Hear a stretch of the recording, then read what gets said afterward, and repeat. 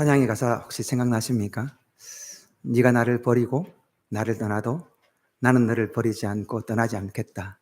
네가 나를 사랑하지 않아도 나는 너를 사랑하겠다. 네가 천하고 미련하면 세상은 다 버립니다. 그죠? 근데 내가 너를 버리지 않겠다라고 말씀하세요. 이런 미련한 사랑이 있습니까? 아니, 나를 떠나고 버리면 당연히 나도 버리고 떠나야 되죠. 그런데 하나님께서는 이처럼 미련한 사랑을 하십니다. 누구에게요? 나에게요. 저와 여러분을 그렇게 미련하게 사랑하시는데, 여러분 오늘 이 시간, 이 예배를 통해서 그 사랑 깊이 경험하고 돌아가는 그런 은혜가 있기를 간절히 축복합니다. 오늘이 우리 성령 강림 주일입니다. 급하고 강한 바람 같고 불의 혀처럼 갈라진 성령께서 이 자리에 모인 모두 위에 임하시기를 간절히 축복합니다. 지난 4월 5일 부활절 이후에 사도행전 1장 말씀을 통해서 주님께서 제자들에게 하신 말씀, 예루살렘을 떠나지 말고 아버지께서 약속한 것을 기다리라는 그 말씀 부여잡고, 이 제자들이요, 이 예루살렘이라는 곳이 트라우마의 장소였지만 주님 말씀에 순종하여 그럼 마가의 다락방에 모였어요. 그죠? 근데 단순히 모여 있기만 한 것이 아니라 어떻게 했다고요? 마음을 같이하여 오로지 기도에 힘쓰면서 성령님을 기다렸다는 말씀을 우리가 함께 나눴습니다. 오늘 본문은 드디어 그처럼 기다렸던 성령께서 임하시는 사건이 나옵니다. 그 시기가 1절에 언제라고 말씀하고 있습니까? 오순절 날이 이미 이르매 라고 그렇게 이야기하죠. 그럼 오순절은 이스라엘 백성들이 애굽을 탈출한 그 유월절을 기점으로 해서 50일요. 오순. 그 50일이 되는 날이죠. 그럼 이 날을 모세가 시내산에서 하나님께 율법을 받은 날이라고 합니다. 그리고 이스라엘 백성들이 가나안 땅에 들어가서 첫 번째 열매 그 추수를 한 이후에 그때 그 칠칠절이라고 하죠. 그죠? 맥추절이라고 부르기도 하고 그 날이 바로 오순절이에요. 그럼 1절에 그 오순절 날이 이미 이르매라고 그렇게 표현하고 있는데, 이미 이르매라는 요 원어의 의미가 물이 꽉 차서 넘쳐 흐르다, 그 시간이 가득 차다라는 이런 의미의 단어예요. 원어의 의미가. 그러니 여러분 이 말이 무슨 의미입니까? 그러니까 성령께서 임하신 이 사건은요, 그냥 우연히 일어난 사건이 아니라는 뜻이죠. 그죠? 하나님께서 요엘 선지자를 통해서 약속하셨던 그 약속하신 성령, 주님께서 승천하시면서 약속하셨던 그 성령에 대한 약속이요, 드디어 시간이 채워지고 채워져서 하나님의 시간이, 그 시간의 잔이 가득 채워 차올랐을 때요, 그때 일어난 사건이 성령 강림 사건이란 말입니다. 제자들은 성령께서 언제 임하실지 알지 못했었습니다.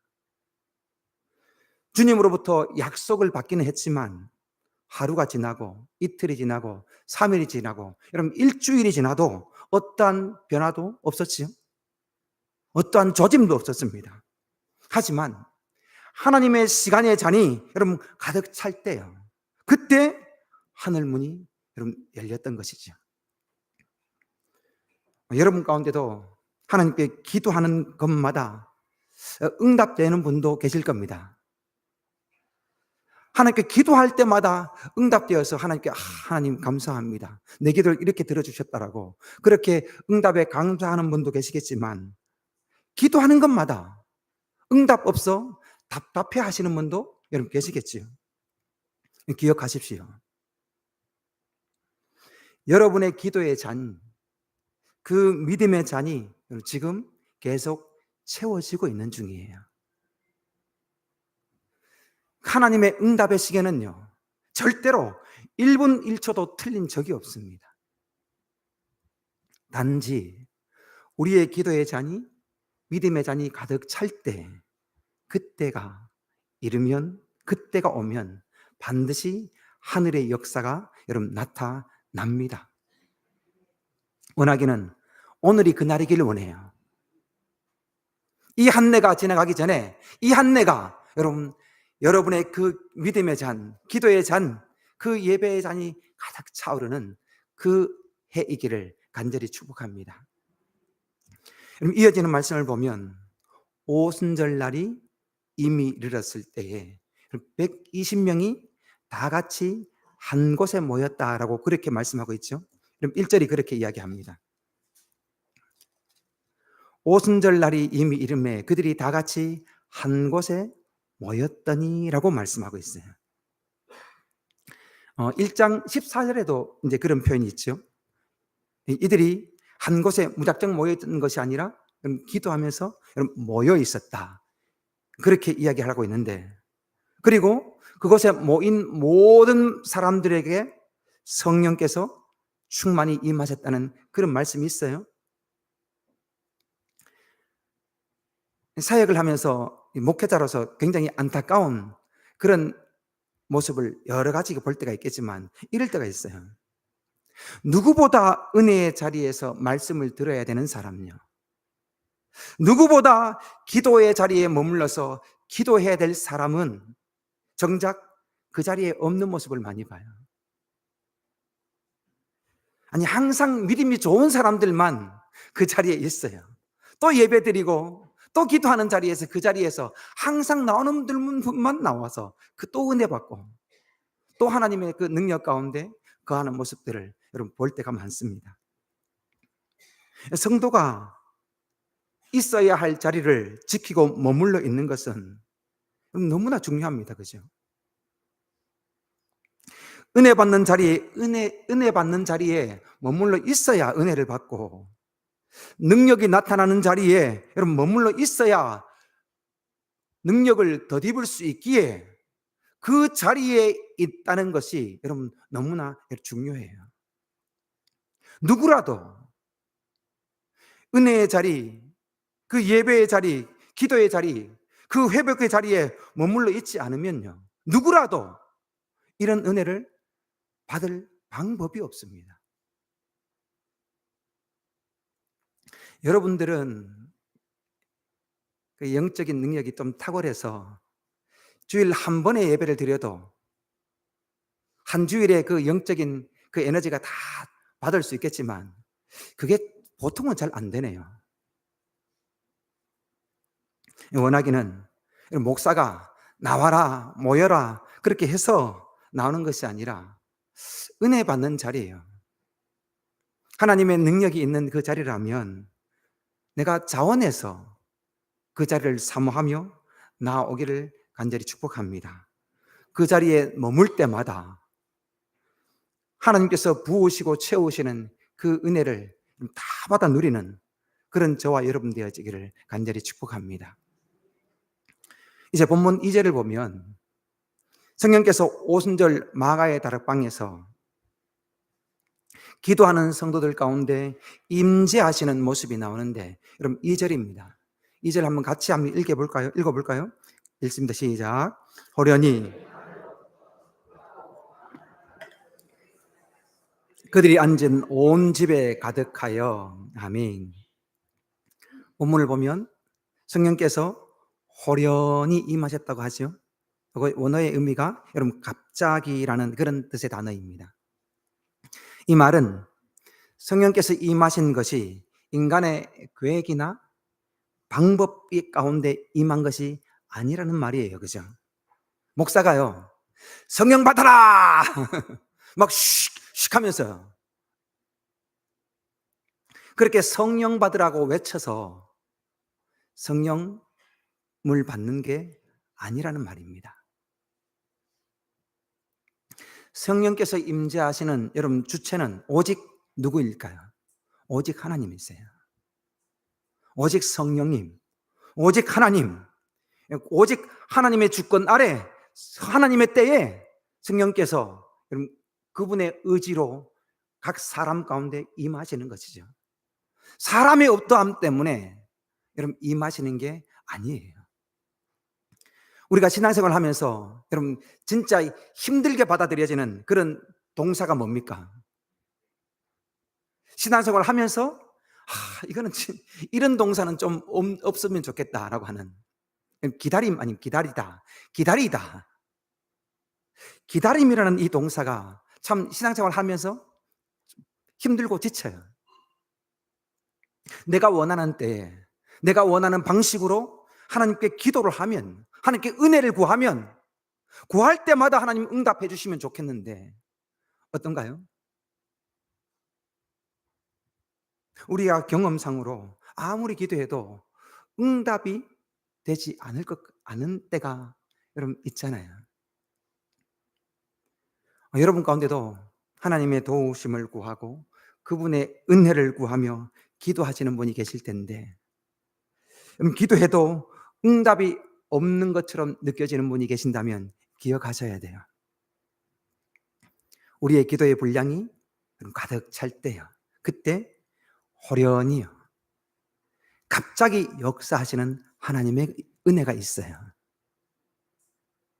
그렇게 언제 응답하실지 모르기 때문에 낙심하고 한숨 짓는 것이 아니라, 여러분 호련히 임할 그 하나님의 그 은혜의 순간을, 내게 주어진 그 기도의 자리, 믿음의 자리를 지키면서, 여러분 거룩한 이 설렘으로 기다려야 되는 것 아닐까요? 그죠?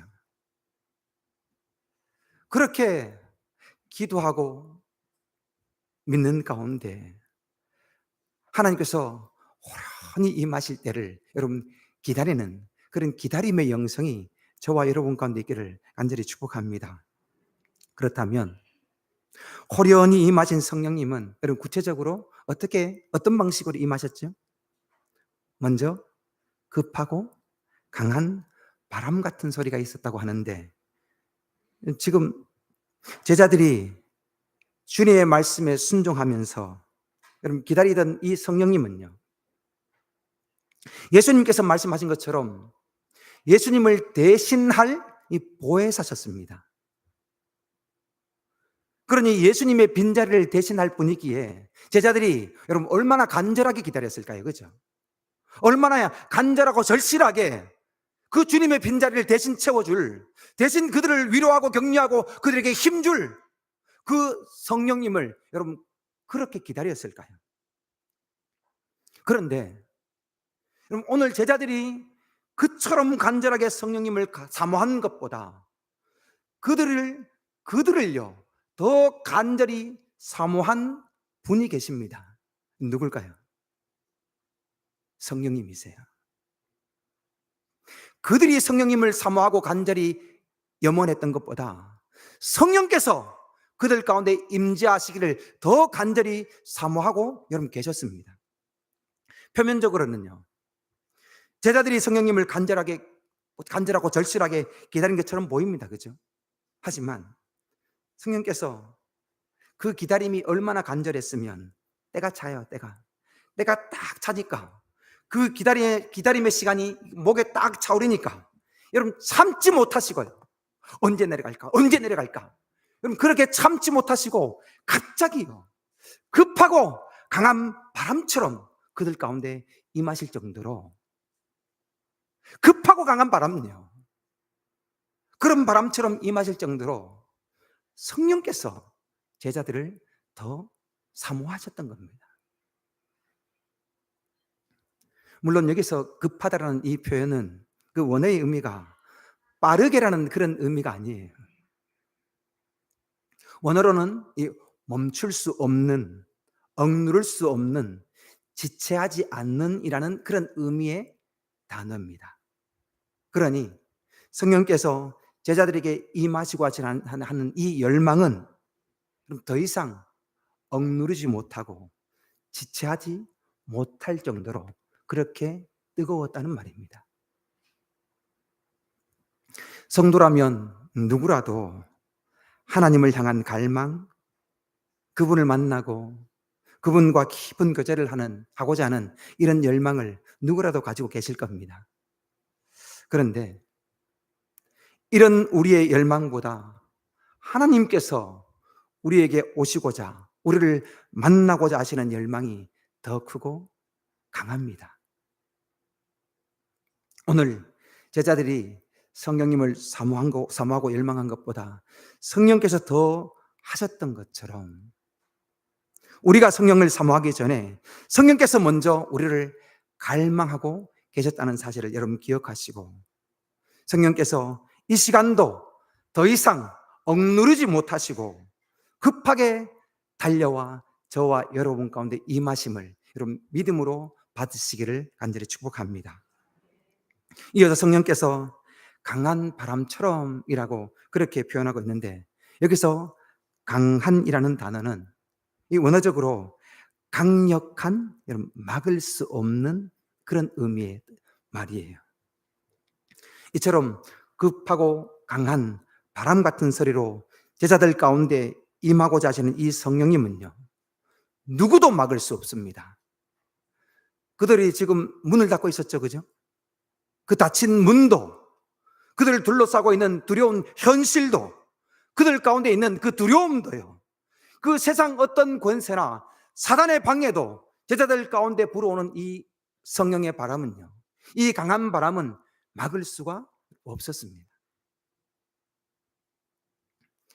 이 바람이라는 단어가 또 여러분 호흡이라는 단어인데, 이 호흡이 누구의 호흡일까요? 하나님의 호흡입니다.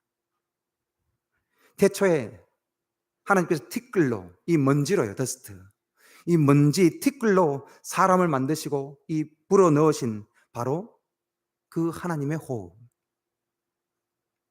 에스겔 골짜기의 그 마른 뼈 위에 불어 그 마른 뼈를 극히 큰 군대로 일으킨 그 하나님의 호흡이 바로 이 호흡입니다. 이 바람이에요. 성령님은 오늘도 우리 가운데 급하고 강한 바람처럼 임하시기를 원하세요. 우리의 메마른 심령과 우리의 가정과 우리 교회 가운데 이렇게 강한 바람처럼 여러분 불어오시기를 여러분 갈망하고 계세요. 우리의 소원보다 더 주님께서, 성령께서 이 소원을 가지고 계세요. 그래서 연약하고 무기력한 우리의 심령이, 그런 우리의 심령 가운데 다시 호흡을 불어넣으시고 다시 우리를 살리기를 원하십니다. 여러분, 원하기는 이 시간 그 강한 바람처럼 임하시는 하나님의 호흡으로 다시 그 연약한 자리에서 힘을 내고 일어나는 그런 은혜가 있기를 간절히 축복합니다. 물질의 장벽, 건강의 장벽, 깨어진 이 관계의 장벽이 있어도 그것을 능히 넘어 들어오시는 그 성령으로 말미암아 그 모든 장벽이 한순간에 허물어지는 그런 은혜가 이 시간 저와 여러분 가운데 있게 되기를 간절히 축복합니다. 이제 3절을 보면 성령께서 또 다른 모습으로 임하시는 모습이 나오죠.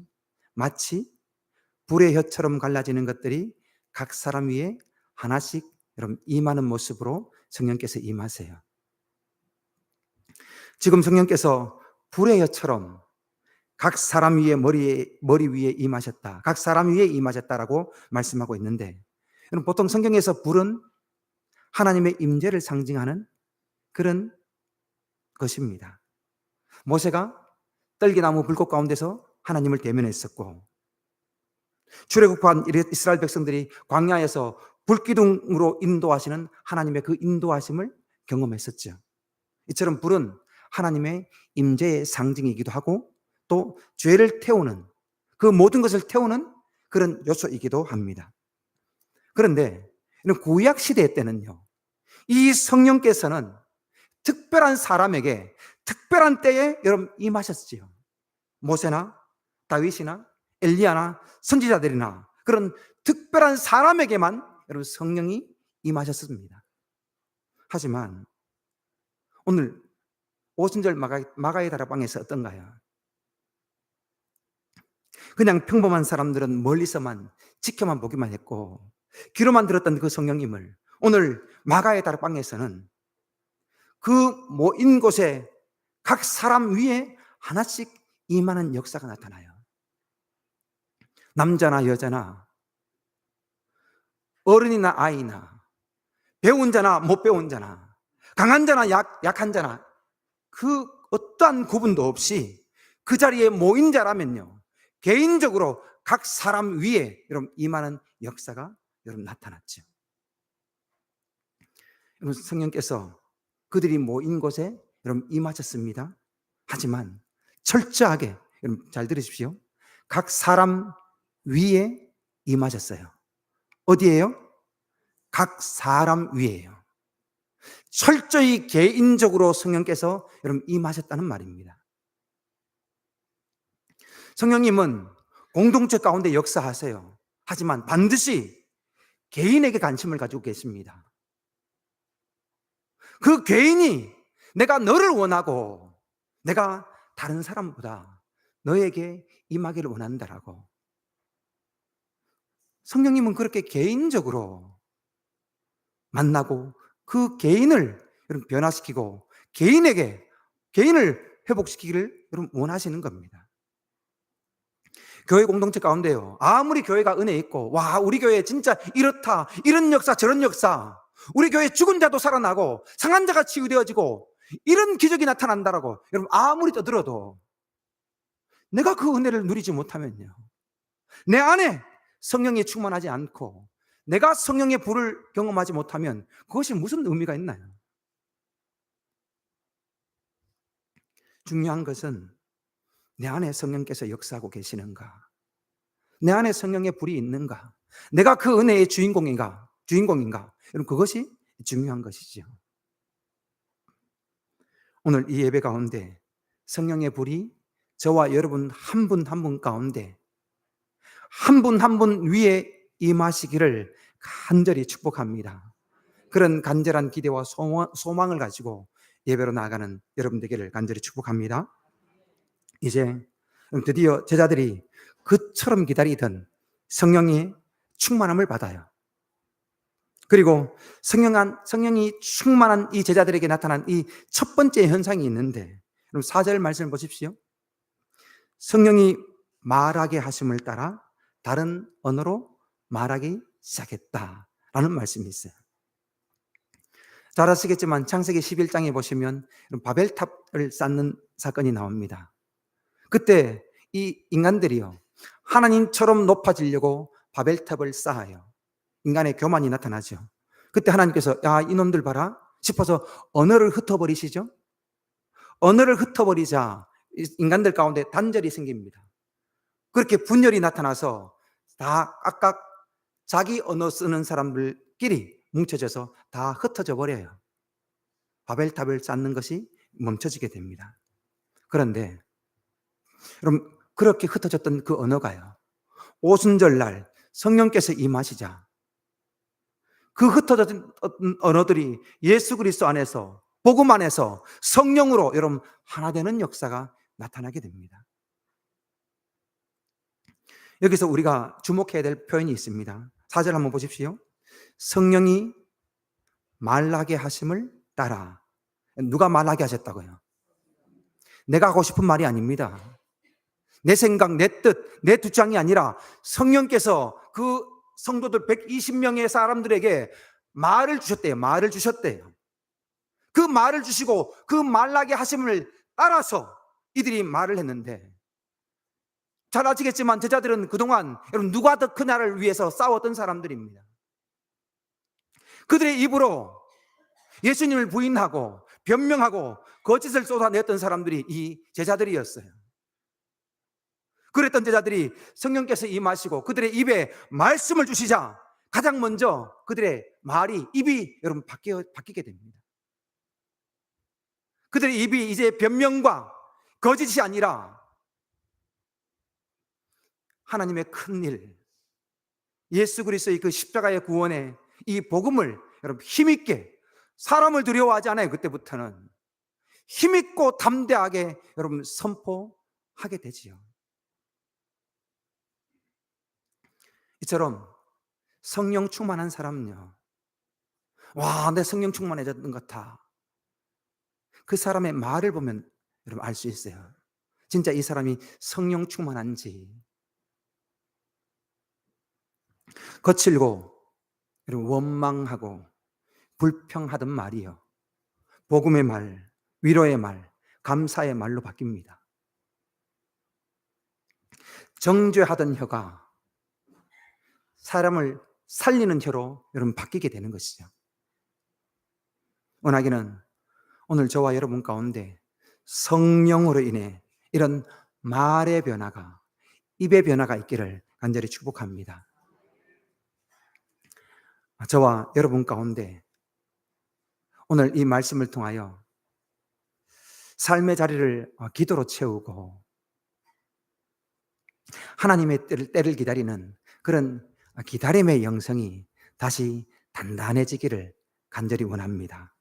나아가 그 기도의 분량, 그 믿음의 분량이 가득 찰 때 이 약속의 말씀을 붙들고 믿음으로 기도하는 가운데 급하고 강한 이 바람 같은 성령, 불의 혀같이 갈라진 그 성령께서 저와 여러분 한 심령 한 심령 가운데 충만히 임하기를 간절히 축복하고, 그로 인하여 마음이 바뀌고 언어가 바뀌어 이 복음을 힘있게 증거하는 그런 저와 여러분 우리 성심교회 되어지기를 간절히 축복합니다.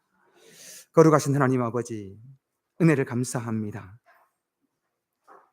오순절 마가의 다락방에 급하고 강한 바람같이 불의 혀처럼 임하신 그 성령님으로 말미암아 감사와 찬송과 영광을 올려드립니다. 그 성령께서 오늘도 우리 가운데 믿음으로 기도하며 예배의 자리를 지키는 우리 가운데 임하실 줄 믿습니다. 원하기는 이 시간 우리 각 심령 위에 성령의 강한 바람으로 임하여 주옵소서. 불같은 성령께서 이 시간 각 사람 한 심령 한 심령 가운데 임하여 주옵소서. 그리하여 죽은 우리의 심령이 살아나고 연약한 심령이 다시 힘을 얻는 은혜가 있게 하여 주시고, 우리의 말이 바뀌고 우리의 마음이 바뀌고 생각이 바뀌어 생명의 복음을 힘있게 증거하는 우리의 심령들 되어지도록 마음껏 축복하여 주옵소서. 그렇게 은혜 베푸실 주님을 찬양하고 거룩하신 예수님의 이름으로 감사하며 기도하옵나이다. 아멘.